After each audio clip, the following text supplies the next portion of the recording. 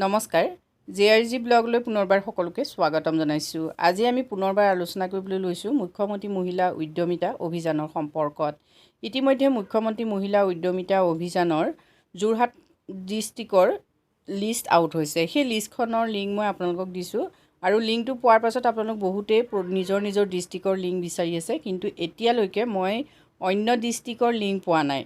আৰু আপোনালোক বহুতে কমেণ্টো কৰিছে যে এই লিষ্টখন মিছা হয়, কিন্তু মিছা বুলি আপোনালোকে এইটো কাৰণে ক'ব নোৱাৰে যিহেতু এই লিষ্টখনৰ মতে যিসকল মহিলাৰ তাত নাম আছে সেই মহিলাসকলৰ হৈ পেলাই যোৰহাট ডিষ্ট্ৰিক্টৰ বহুতো জীৱিকা সখীয়ে ইতিমধ্যে তেওঁলোকৰ হৈ অনলাইন কৰি আছে। মানে যিখিনি ফৰ্ম মই আপোনালোকক যোৱা ভিডিঅ'টো দেখুৱাইছিলোঁ, মানে অজীৱিকা ৰেজিষ্ট্ৰেশ্যন যিখন ফৰ্ম, সেই ফৰ্মসমূহ অনলাইনত ফিল আপ কৰি আছে। ঠিক আৰু এখন ফৰ্ম আছে, সেইখন হ'ল প্লেনিং টুলৰ যিখন ফৰ্ম, সেই ফৰ্মখনো ইতিমধ্যে ফিল আপ কৰি আছে। গতিকে আপোনালোকে অপেক্ষা কৰিব লাগিব, প্ৰতিটো ডিষ্ট্ৰিক্টতেই লিষ্ট আউট হ'ব, হয়তো সময় লাগিব। পটেঞ্চিয়েল লাখপতি দিদি হাউচ হোল্ড প্ৰফাইল ফৰ্ম চাওক, এই ফৰ্মখনো আপোনালোকে চিলেকশ্যন হোৱাৰ পাছত ফিল আপ কৰিব লাগিব। এতিয়া ফৰ্মখনত চাওক, প্ৰথম আছে জিঅ'গ্ৰাফিকেল ডিটেইলছ, ভৌগোলিক যিটো এৰিয়া, সেই ভৌগোলিক এৰিয়া সম্পৰ্কত ইয়াত প্ৰশ্ন থাকিব। প্ৰথম প্ৰশ্নটো আছে চাওক, নেম অফ ষ্টেট, ৰাজ্যৰ নাম। আপোনালোকে নিজৰ ৰাজ্যৰ নাম লিখিব। ইয়াত যিহেতু সকলোৱে আছামেই লিখিব লাগিব। আৰু নেক্সট আহিলে নেম অফ ডিষ্ট্ৰিক্ট, ইয়াত আপোনালোকে নিজৰ ডিষ্ট্ৰিক্টটো লিখিব লাগিব, অৰ্থাৎ আপুনি কোনটো ডিষ্ট্ৰিক্টৰ। নেক্সট আহিলে নেম অফ ব্লক, ইয়াত আপোনালোকে ব্লক লিখিব লাগিব। নেক্সট আহিলে নেম অফ GP, মানে গাঁও পঞ্চায়ত কি আপোনাৰ, সেইটো আপোনালোকে ইয়াত লিখিব লাগিব। নেক্সট আহিলে নেম অফ ভিলেজ, তাৰপিছত আপোনালোকে নিজৰ গাঁৱৰ নাম লিখিব। ঠিক আছে। নেক্সট আহিলে SHG মেম্বাৰ ডিটেইল, ইয়াৰ পাছত আহিব যিগৰাকী সদস্যাৰ নামত আপোনালোকে এখন ফিল আপ কৰিব, সেই সদস্যাগৰাকীৰ ডিটেইলছখিনি ইয়াত বিচাৰিছে। Name of SHG member, SHG মেম্বাৰগৰাকীৰ নাম কি, SHG মেম্বাৰ ID কি। নেক্সট আহিলে নেম অফ SHG নাম দিব। নেক্সট আহিলে নেম অফ ID নম্বৰ দিব, মানে আত্মসহায়ক গোটটোৰ ID নাম্বাৰ। ঠিক আছে। নেক্সট চাওক, পটেঞ্চিয়েল লাখপতি দিদি হাউচ হোল্ড ডিটেইলছ। এতিয়া চাওক, serial number 1 2, name of household member, relation with Lakhpati Didi. ইয়াত ধৰি লওক আপোনালোকে যদি নিজৰ স্বামীৰ নাম লিখিলে প্ৰথমতে, তেতিয়াহ'লে ইয়াত আপোনালোকে লিখিব লাগিব যে তেওঁ কি হয়, তেওঁ সম্পৰ্কত কি হয়, মানে তেওঁ সম্পৰ্কত হাজবেণ্ড। ঠিক তেনেকৈ ইয়াত যদি আপোনালোকে নিজৰ সন্তানৰ নাম লিখিলে 2টোত, তেতিয়াহ'লে ইয়াত আপোনালোকে ৰিলেশ্যন লিখিব লাগিব। নেক্সট পেজত চাওক, লোন ডিটেইলছ, লোন সম্পৰ্কত আপোনালোকে তথ্য দিব লাগিব।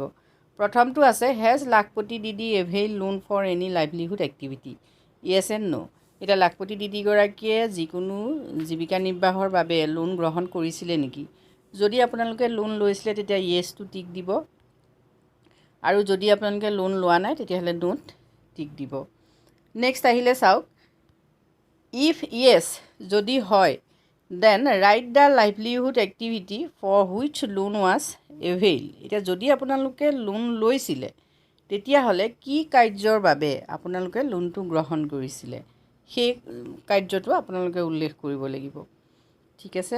নেক্সট চাওক, if yes then source of loan select from SHG VO CLF or bank linkage. এতিয়া আপোনালোকে যদি লোন গ্ৰহণ কৰিছিলে, লোনটো ক'ৰ পৰা গ্ৰহণ কৰিছিলে। যদি SHGৰ পৰা লৈছে SHGত এটা টিক মাৰ্ক দিব, যদি VOৰ পৰা লৈছে তেতিয়া VOত দিব, যদি CLFৰ পৰা লৈছে তেতিয়া CLFত দিব, বা বেংকৰ পৰা যদি লৈছে তেতিয়া বেংকত আপোনালোকে ৰাইট চিন্তা দিব। নেক্সট হ'ল টোটেল লোন এভেইল, আপুনি কিমান লোন গ্ৰহণ কৰিছিলে সেই সম্পৰ্কত ইয়াত উল্লেখ কৰক। নেক্সট আহিলে এনুৱেল ইণ্টাৰেষ্ট ৰেট, এতিয়া যিটো লোন আপোনালোকে গ্ৰহণ কৰিছিলে সেই লোনটোৰ বাবে আপুনি বছৰত কিমান টকা সুদ দিছে সেইটো উল্লেখ কৰক। নেক্সট চাওক, মেম্বাৰ্ছ অফ বিজনেছ অৰ্গেনাইজেশ্যন, এতিয়া আপুনি কোনোবা বিজনেছ অৰ্গেনাইজেশ্যন মানে ব্যৱসায়িক যিবিলাক সংগঠন থাকে সেই সংগঠনৰ সদস্য নেকি, মেম্বাৰশ্বিপ আপোনাৰ আছে নেকি, সেই সম্পৰ্কত আপোনাক প্ৰশ্ন সুধিছে। প্ৰথমটো চাওক, is Lakhpati Didi a part of any business organisation, Lakhpati দিদিগৰাকী যিকোনো বিজনেছ অৰ্গেনাইজেশ্যনৰ এটা অংশ নেকি। বিজনেছ অৰ্গেনাইজেশ্যনবিলাক ইয়াত উল্লেখ কৰা আছে, PG মানে প্ৰডিউচাৰ গোট, ফাৰ্মাৰ্ছ প্ৰডিউচাৰ অৰ্গেনাইজেশ্যন যিবিলাক আছে সেইবিলাকৰ লগত আপোনালোক জড়িত নেকি। যদি জড়িত তেতিয়াহ'লে যিটো সংগঠনৰ লগত জড়িত সেইটো আপোনালোকে ৰাইট চিন দিব। নেক্সট আহিলে, if Yes type of business organisation of which C is a member, এতিয়া আপুনি কোনটো অৰ্গেনাইজেশ্যনৰ মেম্বাৰ, যদি য়েছ হয় সেইটো আপোনালোকে উল্লেখ কৰিব। নেক্সট আহিলে if no then is Lakhpati দিদি willing to BCom A member of any business organisation. যদি নো হয় মানে আপুনি যদি কোনো ধৰণৰ বিজনেছ অৰ্গেনাইজেশ্যনৰ লগত জড়িত নহয় তেতিয়াহ'লে আপুনি কেনেকুৱা ধৰণৰ বিজনেছ অৰ্গেনাইজেশ্যনৰ লগত জড়িত হ'ব বিচাৰে সেই কথাটো ইয়াত উল্লেখ কৰিব লাগিব। নেক্সট আহিলে type of business organisation which C wants membership of. যদি আপোনালোক কোনো ধৰণৰ বিজনেছ অৰ্গেনাইজেশ্যনৰ সদস্য নহয় আৰু যদি হ'ব বিচাৰে তেতিয়াহ'লে আপোনালোকে কেনেকুৱা ধৰণৰ বিজনেছ অৰ্গেনাইজেশ্যনৰ মেম্বাৰ হ'ব বিচাৰে সেই কথাটো ইয়াত সুধিছে। যিহেতু আত্মসহায়ক গোটৰ প্ৰায়বিলাক মহিলা মানে যিসকল বিশেষকৈ উদ্যোগী মহিলা তেওঁলোকে এতিয়া বৰ্তমান PG যিবিলাক আমাৰ গঠন হৈছে মানে প্ৰডিউচাৰ গোট গঠন হৈছে সেই প্ৰডিউচাৰ গোটবিলাকৰে তেওঁলোক অংশীদাৰী হয়। যদি আপোনালোক এতিয়াও প্ৰডিউচাৰ গ্ৰুপত সোমোৱা নাই তেতিয়াহ'লে আপোনালোকে সোমাব পাৰে। মানে এই PG বিলাকে আপোনালোকক ভৱিষ্যতে যথেষ্ট সহায় কৰিব। গতিকে আপোনালোকে PG বুলি উল্লেখো কৰিব পাৰে, অৱশ্যে সেইটো আপোনালোক সকলোৰে নিজৰ নিজৰ কথা হ'ব। নেক্সট আহিলে এক্টিভিটি চাৰ্ট। এতিয়া এক্টিভিটি চাৰ্টত আপোনালোকে যদি এনেকৈ ক্লিক কৰে তেতিয়া আৰু এখন ফৰ্ম পাব। এই ফৰ্মখনত চাওক লাইভলিহুড এক্টিভিটিজৰ সম্পৰ্কত আপোনালোকে ইয়াত তথ্য দিব লাগিব। এতিয়া এক্টিভিটিজ ইয়াত চাওক এনেকৈ উল্লেখ আছে এক্টিভিটিজ আপোনালোকে কি কাম কৰি আছে। তাৰপৰা ইয়াত কিছুমান কলম আছে, এই কলমখিনি যেনেকৈ প্ৰডিউচাৰ আপোনালোকে প্ৰডাকশ্যন কোৱান্টিটি কি হয়, কিমান বিঘা মাটিত আপোনালোকে কাম কৰিছে বা এক্সিষ্টিং নে প্লেন মানে আপোনালোকে আগৰ পৰা কৰি আছে নে নতুনকৈ পৰিকল্পনা কৰিছে। ইয়াত এটা ডাঙৰ কথা আছে এপ্ৰিল মে এনেকৈ এটা বছৰৰ হিচাপ দিয়া আছে, প্ৰতিটো মাহৰ হিচাপ আপোনালোকে দিব লাগিব। এই ক্ষেত্ৰত আপোনালোকে জীৱিকা সখীসকলৰ পৰামৰ্শ ল'ব, যিহেতু জীৱিকা সখীসকলক ASRLMৰ তৰফৰ পৰা নিৰ্দেশ দিয়া হ'ব এই ফৰ্মখনত কোনখিনি ফিল আপ কৰিব লাগিব আৰু সেইমতে আপোনালোকে ফিল আপ কৰিব। মই মাত্ৰ আপোনালোকক দেখুৱাই দিছোঁ ফৰ্ম কি ফৰ্ম আছে। নেক্সট চাওক প্লেনিং ফৰ ব্ৰিডিং গেপছ।